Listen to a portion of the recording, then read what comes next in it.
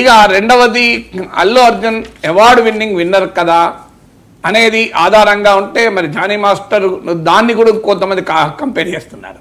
ఆయన కూడా national award winner, కానీ ఆ కేసు ఈ కేసు ఒకటి కాదు. జానీ మాస్టర్ కేసు పెన్నమో కేసు ఒక అత్యాచారం సంబంధించిన కేసు, అందువల్ల ప్రతి కేసును లింక్ చేయకూడదు. మనం అల్లు అర్జున్ పైన కేసు వేరు, దానికి పోలికే లేదు. అది కల్పంలో హోమిసైడో ఇలాంటి కేసు కాదు కదా, అది క్లియర్ కేసు, సీరియస్ క్రైమ్, అది అగ్రవేటెడ్ క్రైమ్ అది. సో అందువల్ల అది ఒకదానికి దీనికి లింక్ చేయలేం. అయినా దానిపైన కూడా కేటీఆర్ పైన కూడా ట్రోలింగ్ నడుస్తున్నది. నేషనల్ అవార్డు విన్నర్ అయితే పల్లెక్కులో ఊరేగిస్తూ బోయిలు మోస్తూ తీసుకురావాలా పోలీస్ స్టేషన్ కానీ.